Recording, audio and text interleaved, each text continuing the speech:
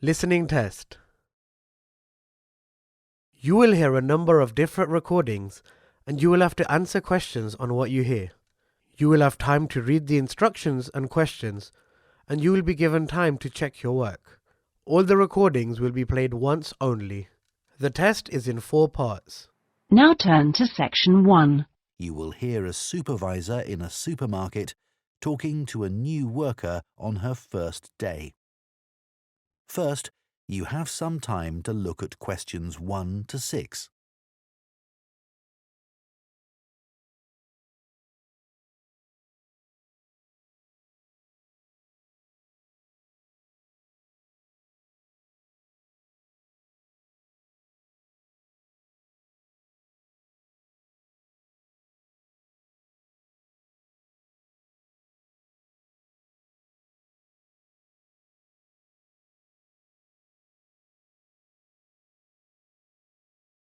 Now listen carefully and answer questions 1 to 6. Hello, Charlotte. I'm Caden, one of the supervisors. Welcome to the team. Hi, Aidan. It's Caden. I'm so sorry. Oh, don't worry. People often get my name wrong. They never know how to spell it. It's Kaeden, in case you ever need to write it. I'll try and remember. So, there are a few practical things you need to sort out this morning.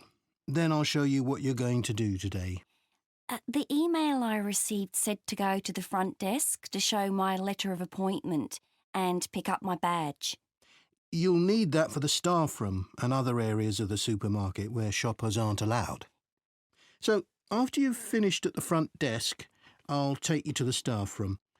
Put your coat and rucksack in one of the lockers there. Take whichever one is free. Will I have a key? Yes, try not to lose it. At the end of the day, leave it in the door for the next person to use. Will do. You also need to go to the HR department to see Tiffany. She's really helpful. I was told to bring my passport with me. HR need to take a note of the number in it. That's right. Or you can show your ID card. I don't have one of those. OK. Tiffany will give you a uniform. They have lots in different sizes, so you just tell her what you need. I won't come with you to HR. I've got to go and sort something else out. Problem with a bread slicer. Is the HR office near the staff room? The staff room's on the first floor, and HR are a couple of floors above that, on the 3rd floor. There's a staircase outside the staff room. OK. When you're finished with HR, come and find me in the bakery section of the shop. I'm looking forward to getting started. I'll just give you my phone number in case you can't find me. Have you got your phone there? Yes. OK. Ready? It's 0412 66 5903. OK. Done. Before you hear the rest of the conversation, you have some time to look at questions 7 to 10.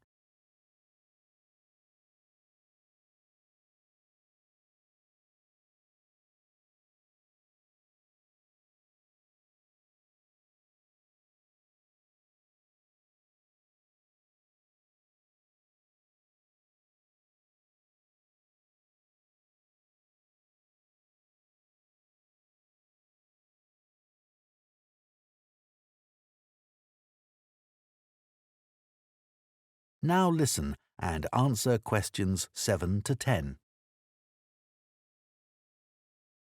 So, Charlotte, your tasks today are in the bakery section, on the sushi counter, and on the meat and fish counters. The first job is to check sell-by dates on the bread and cakes. If any of the dates are today's, put a new price label on the packaging. What if any of the labels are yesterday's dates or older? Do I throw those items away? Yes, but that shouldn't happen. We check the stock every day. When something needs a new price label, put a yellow one on the package, next to the original price. OK. After that, you'll go to the sushi takeaway counter. Will I be preparing boxes of food? For today, you'll just be helping the staff. Yes, of course. You'll see lots of flat cardboard boxes at one end of the counter. Beneath those is where we keep the plastic boxes. We run out of those really quickly, so you should bring more from the storeroom. Is that my only task on the sushi counter? No, you also need to clean the area where they prepare the dishes. There are cloths and bottles of spray by the sink. Oh, and please make sure you clean that too. Sure, that's important, isn't it? Absolutely, but you mustn't wash up knives. You have to do some training before you're allowed to touch sharp objects. What should I do if there are any? Ask someone to put them in the dishwasher. OK, thanks. I don't want to get anything wrong. Don't worry, you'll be fine. And I'll be around to help. Right. Finally, the meat and fish counters. You need to clean the area where staff serve customers, including wiping the weighing scales. OK. Anything else? The fish is laid on ice, but when that starts to melt, you'll need to get more from the cold room. I know the staff on the food counters wear a hat. Will that be the same for me? You won't be serving customers directly, so no. But make sure you put on thermal gloves when you take anything out of the cold room. The temperature's low enough in there to get frostbite from touching things. Understood. That is the end of Part 1. You now have 1 minute to check your answers to Part 1.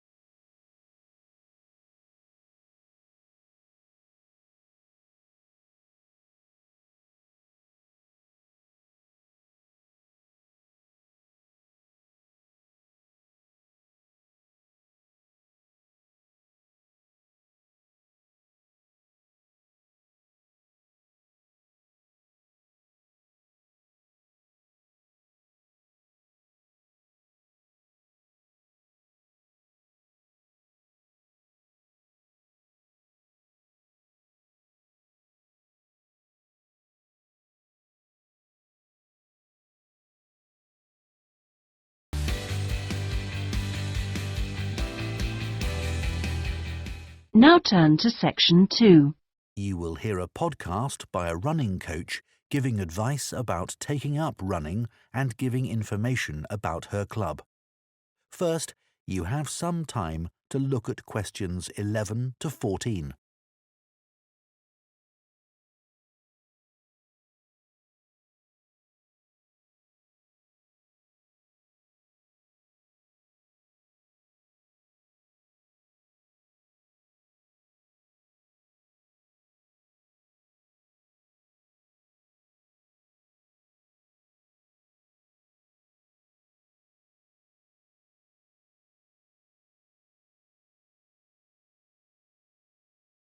Now listen carefully and answer questions 11 to 14. My name's Liz Fuller and I'm a running coach with Compton Park Runners Club. Welcome to my podcast. If you're thinking about taking up running, I'm here to help. There are many training programs available online which aim to help people build up to running 5 kilometres. Some of them are great, and thousands of people of all ages are taking part in 5-kilometre races across the country as a result. People like them because they're easy to follow and don't push them too hard. However, they don't work for everyone, especially if you suffer from something like a heart condition or asthma, because they're aimed at people with average fitness and running ability. Another thing is that everyone is different, and if you have any specific questions related to your needs, there's no one to provide any answers. I have a couple of simple tips I always give to new runners. I expect you've been told to run very slowly until your fitness increases. Well, I find that can prevent progress. You should run at a speed that feels comfortable, but time yourself and try to run a bit faster each time. Listening to music can be very helpful. It takes your mind off things and helps your body get into a rhythm.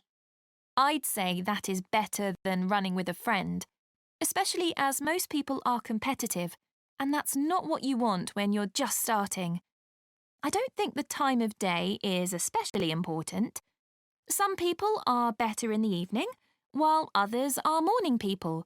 But you need to be consistent, so aim to train regularly. Twice a week is enough to begin with. Before you hear the rest of the podcast, you have some time to look at questions 15 to 20.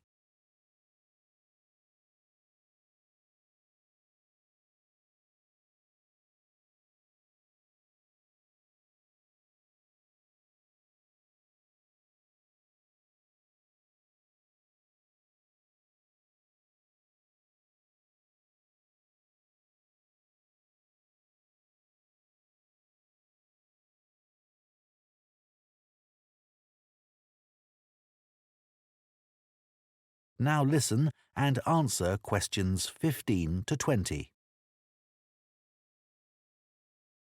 New members often say to me that they've been put off running either because they lack confidence, or they don't have time, or they think they dislike running. Kerry, for example, joined the club 2 years ago at the age of 40. She'd always enjoyed running at school, but wasn't sure if she'd be able to do it. She was worried about being left behind and being the slowest runner. But she says she was made to feel so welcome, she soon forgot all about that. James had always hated the idea of running, but a friend encouraged him to come along for a taster session, and he hasn't looked back. He never misses a training session, despite having a really demanding job. Leo was worried about having to commit himself to training sessions every week and wasn't sure he'd be able to fit training into his busy schedule. But after experiencing a lot of stress at work, he came along to us and gave it a go. Now he says he feels much more relaxed and he looks forward to his weekly run. Mark is quite typical of our new members. He's never considered himself to be a sporty person, and it was only when he retired that he decided to take up the challenge of trying to run 5 kilometres. It took him months to find the courage to contact us, but felt reassured immediately, as there were other people his age who were only just taking up running for the first time. My own journey hasn't been easy. I did my first marathon when I was 37, after having had 2 kids. My husband had been running marathons for years, but I never dreamed I'd be doing one with him. I managed to complete it in 4 hours, but I felt like giving up halfway through. It was only the support of the spectators that kept me going. I do think signing up for a race of whatever length is motivating, whether it's 5k or 25k, because it's good to have something to work towards, and it gives you a sense of achievement. I did my first 10k after only 6 months, which was certainly very challenging and not something I'd necessarily recommend. But after you've been training for a few weeks, it's worth putting your name down for a 5k. Some people find they only need a few practice runs before taking part in a race, but I'd give yourself a couple of months at least. Well, I hope that's given you a really good idea of what... That is the end of part 2. You now have 30 seconds to check your answers to part 2.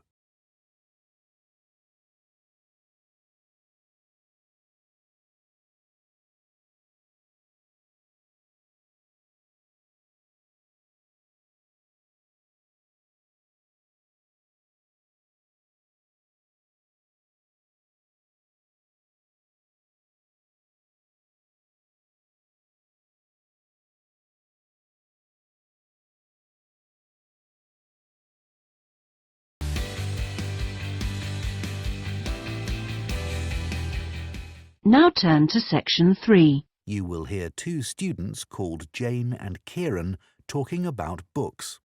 First, you have some time to look at questions 21 to 25.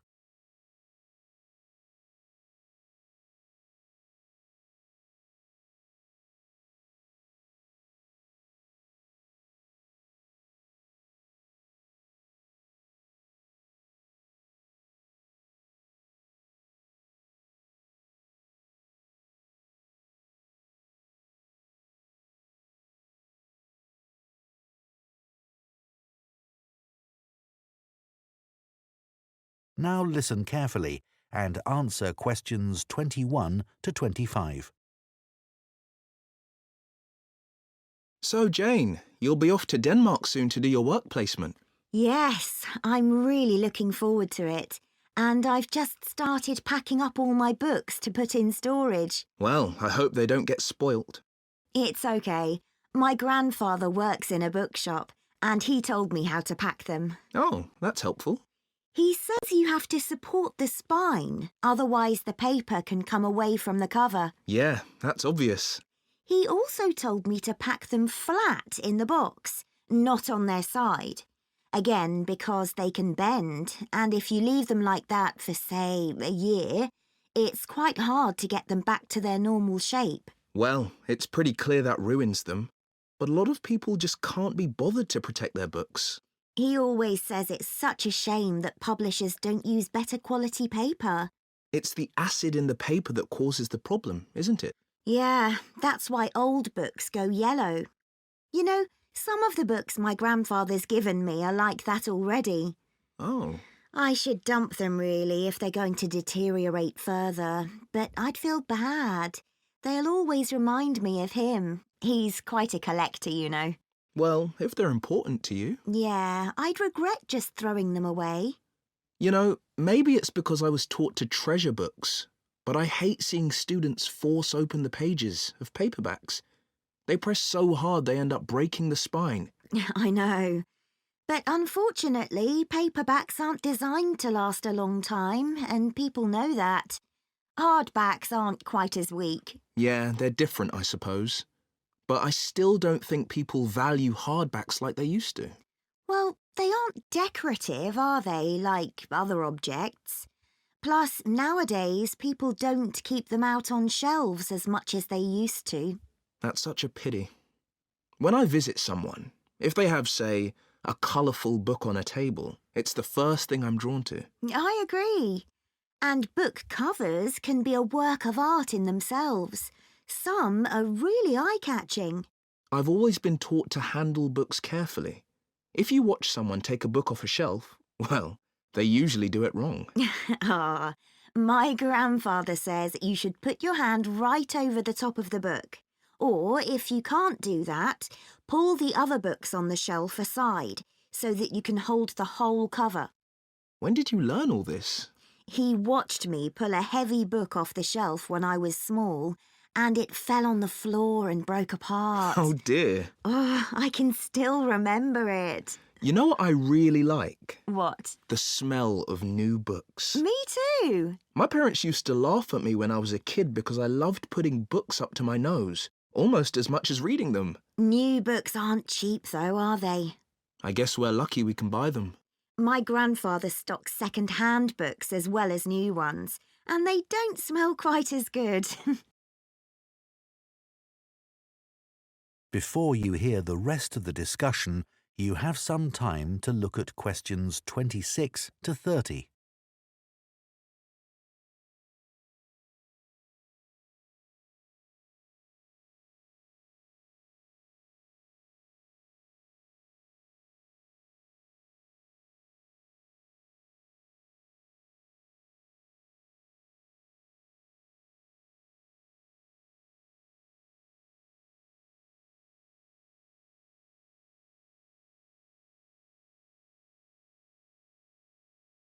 Now listen and answer questions 26 to 30. I'd love to have a bookshop like your grandfather. What's it like? Well, it's quite big. It's got 2 floors and an attic, and he stocks all kinds of books, really. I guess he treasures things like first editions and other rare books. Yeah, you might think he'd keep those in the attic or somewhere.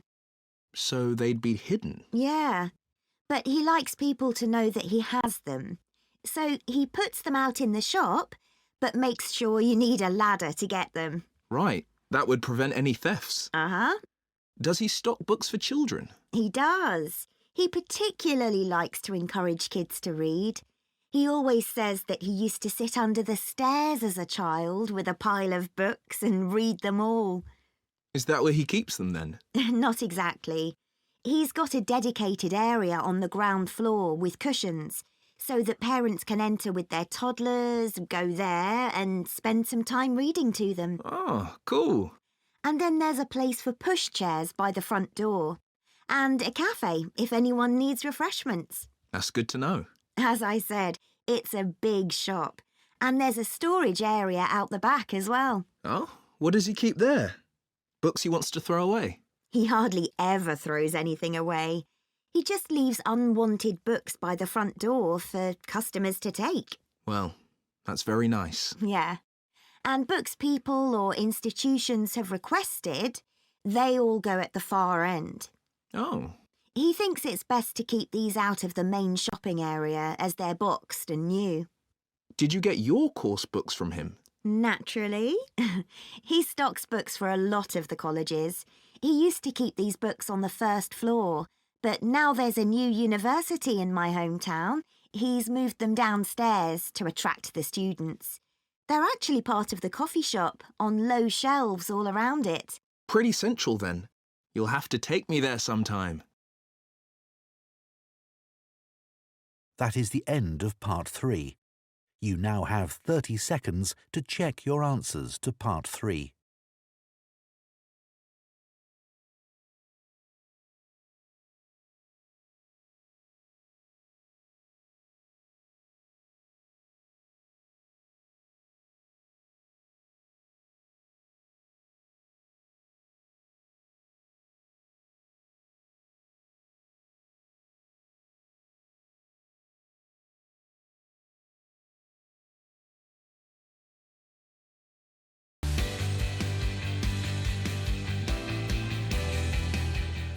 Now turn to Section 4.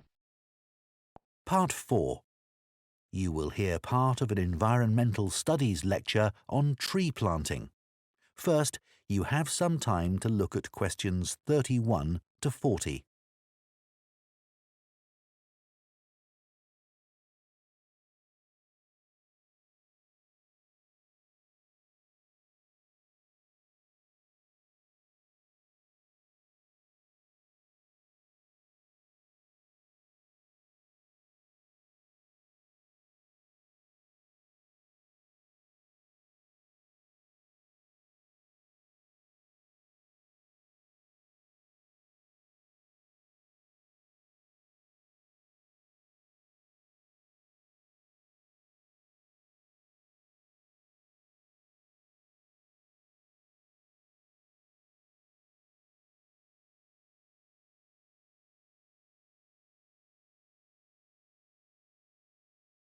Now listen carefully and answer questions 31 to 40. Tree planting now dominates political and popular agendas and is often presented as an easy answer to the climate crisis, as well as a way for business corporations to offset their carbon emissions. But unfortunately, tree planting isn't as straightforward as some people think. When the wrong trees are planted in the wrong place, it can do considerably more damage than good, failing to help either people or the environment.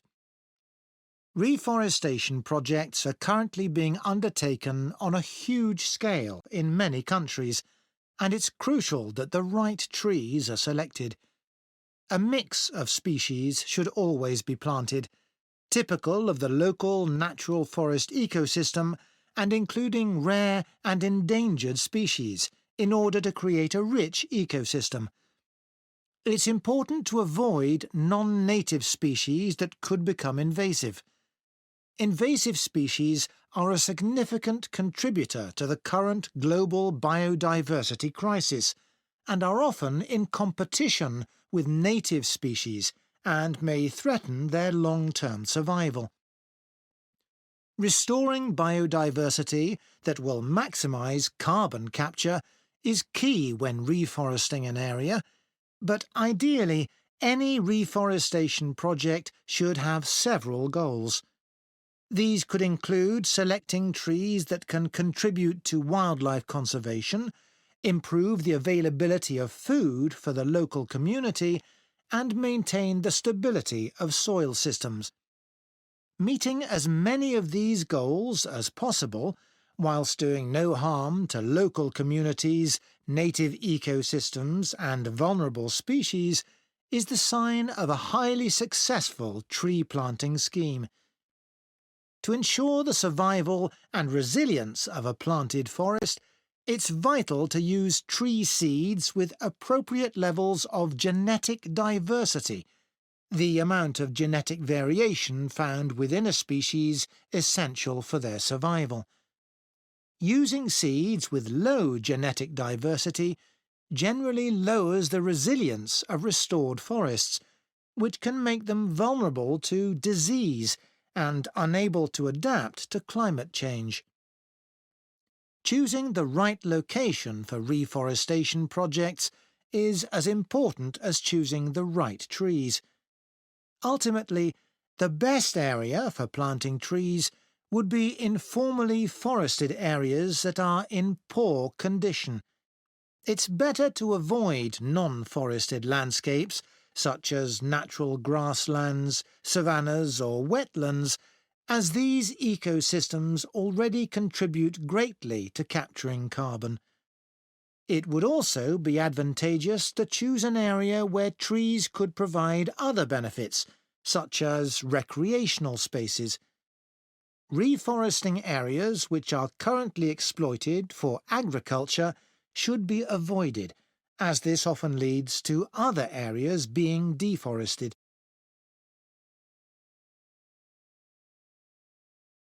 Large-scale reforestation projects require careful planning. Making the right decisions about where to plant trees depends on having the right information. Having detailed and up-to-date maps identifying high-priority areas for intervention is essential. Drone technology is a useful tool in helping to prioritise and monitor areas of degraded forest for restoration. In Brazil, it's being used to identify and quantify how parts of the Amazon are being devastated by human activities, such as rearing cattle and illegal logging. A good example of where the right trees were picked to achieve a restored forest is in Lampang province in northern Thailand. A previously forested site which had been degraded through mining was reforested by a cement company, together with Chiang Mai University.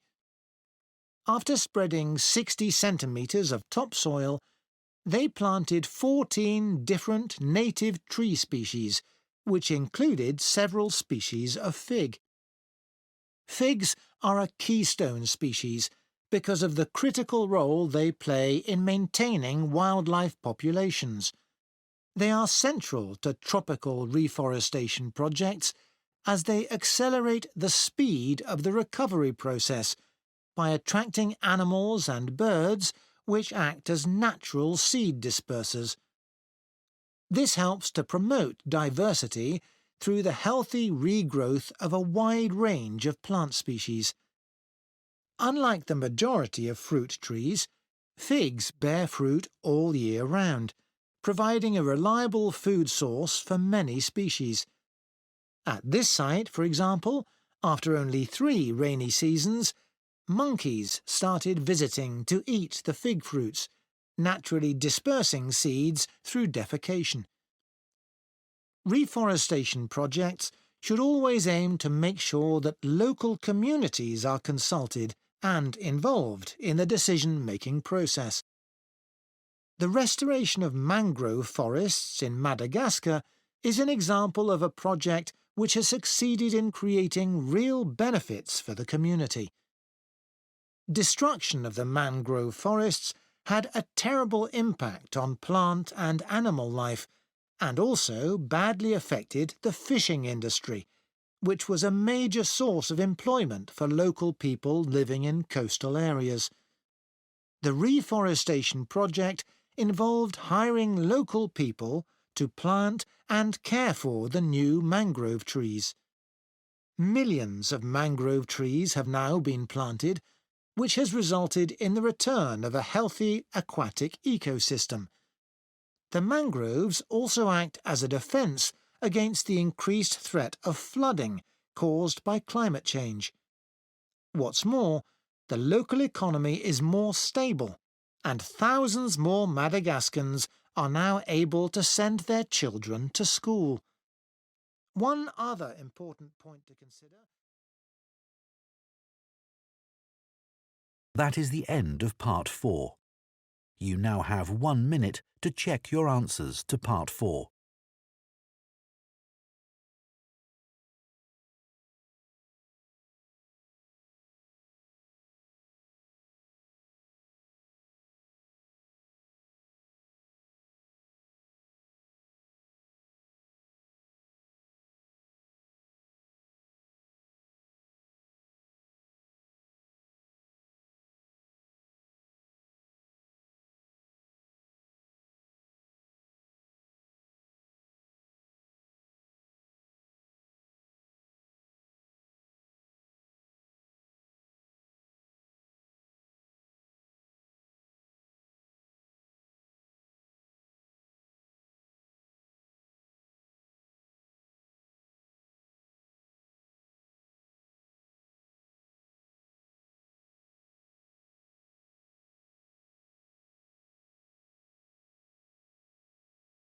That is the end of the listening test.